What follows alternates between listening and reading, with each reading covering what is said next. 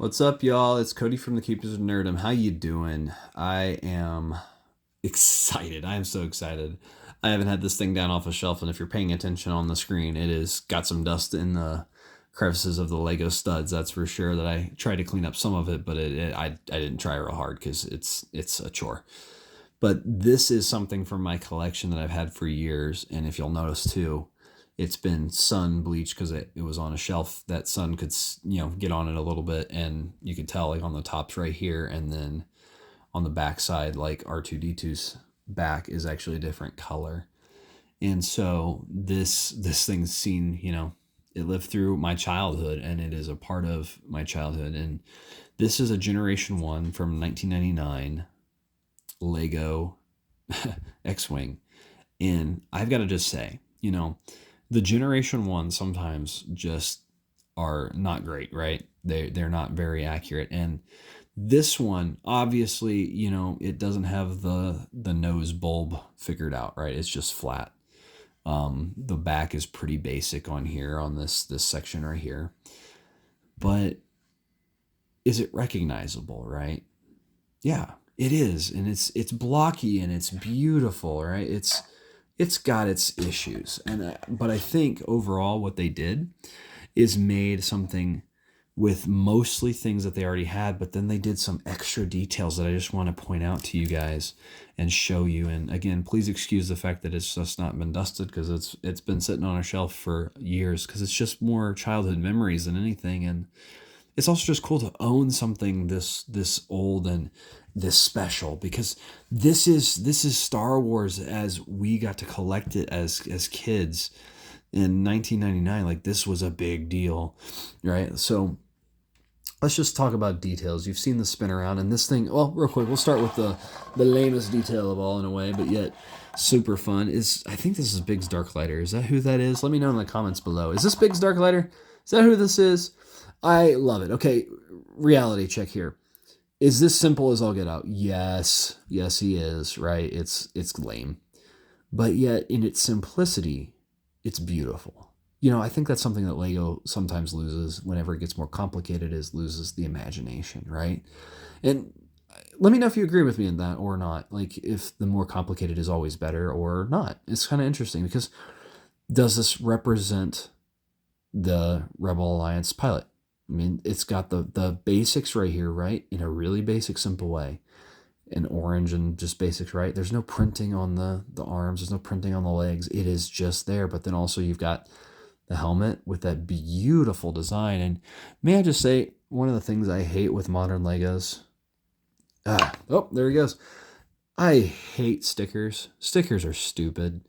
Like, we obviously can get printing, so I know it's probably way more expensive to do, because you have to print each piece like this, because even Luke Skywalker's helmet in the backdrop here is different, right?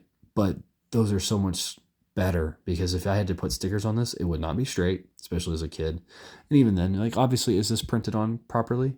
No, it's off to that left side right now. Pretty decent amount, but I don't care. I would rather them just print it on there and it's done, boom, gone, than a sticker that if I touch it wrong, it's going to start peeling, and it's not going to be on perfect, and it's just going to be a mess, and eventually it's going to rub off. This is so much better. And I love that they just went, you know what, we're giving the most generic, and this is old school Lego, right? We're giving the most generic lame sauce face as all get out, with that little mustache, and it's fantastic. Love it. I love it. Let's look at the little oh goodness, he has not been out. I haven't looked at this guy. And, Rebel Alliance guy, pretty like just generic standard face or printing on the body. Is that an Outlaw from some of their Wild West Legos? I think it is. The hat's nothing special. Like, it's just supposed to be a mechanic, and it's funny because it's just so generic, and it's awesome because of the genericness. And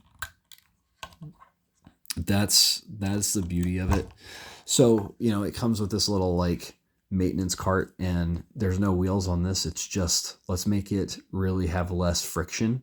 And it works actually really well. I just keep this guy on here, so I never lost him. And then the tools, which honestly, those were always just fun to have because then you could have, a maintenance bay and a mechanic stuff. And they just went with the generic Lego tools, right? There's nothing special here. And then just like a tube as though you're filling it with fuel. Really just simple little thing, right? And did they have to add this? No, not really. They probably wanted to get it up to a certain count of pieces, but it helps. It helps. And this is fascinating, right? This is cool stuff. Let's look at some extra details here. We'll get really close, right? There's these printed pieces, which I just love that you got your Rebel Alliance thing and some futuristic tech stuff. This piece they've used for quite a bit of stuff. What is it really? What is this piece? Lights? Symbols? I don't know. I like it though. Is it engine thrust right now? Not sure. Love it. We've got a printed piece here. I would guess that's probably been a thing from something else anyway. But next printed piece, obviously the cockpit. Just a simple little thing, but it looks good, right? This has just been sitting on my shelf for so long, it's like kind of almost stuck. Now, there's those pieces internally again. You can see them in there, those little designs. But one of my favorite Lego pieces in here, you can see that, right? Like, it is actually there, shiny even, of the Death Star run. So they printed a piece specifically for Star Wars Legos and for specifically cockpits of X-Wing starfighters just to have the Death Star run. Like, 'cause this is supposed to be Luke Skywalker's starship, and it's beautiful, right? Again, is there a whole lot going on here? Nope. This was kind of the standard Luke face for a while for a lot of stuff, which is hilarious because he really wasn't this at that point in the Star Wars films. But the Rebel Alliance helmet is fantastic and simple, but so beautiful, right? This is great. And oh my goodness, he's like stiff-legged because he's just been sitting in here for years. And I love that because that means like, good, he'll stay that way for a long time. And I love and appreciate that about him. So we've also got R2-D2 here. And as you can tell, he is definitely yellowed, which is really sad. And, value-wise, I'm sure has gone down. That's fine. I don't care. He's staying with my collection for all time because I just love this old Lego figurines. And what's funny is the newer Legos of R2-D2 have a fully silver headpiece with printing on it. And this printing, pretty basic, but it gets you the idea of R2-D2. And if it's not broke, don't fix it, right? Then they haven't done a whole lot to some of these pieces in the concept here. The printing has been updated and changed and more detailed, which I appreciate. But just overall, like a really simple thing. Love it. Playability features, right? Let's look through those. First off, the big one. Oh, and I totally did that. So the X-Wing is capable of X-Wing design and showing, right? And it's beautiful like that. The engines are really simple. Obviously, they do improve those on this section right here.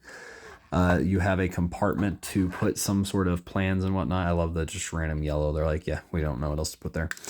And so you've got your X-Wing, you've got your landing gear and stuff as well. Let's see if I can get a good shot of this thing.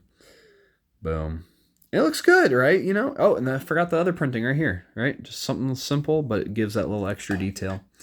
And so it's got its own little landing gear that it reused a ski piece, which is hilarious that I have a Lego set that just has one ski in it for a Lego minifigure. And so your front of your engines are very basic. There's nothing going on here. And then the last part that I love, because it's just, well, we need to give Luke his lightsaber. So what do? We put it in the nose is a spot for it. I'm going to try to wiggle it out because it's been sitting in here for a very long time. Oh my goodness, it's beautiful. Come on out, buddy. I'm going to have to take it apart. There we go. And he's back together. That has been the most that's ever been taken apart in a long time. Apparently, I didn't play with this lightsaber very much because one of the things I loved about the Generation 1 lightsabers was this. They were chrome, but the curse of the chrome was also its blessing, right?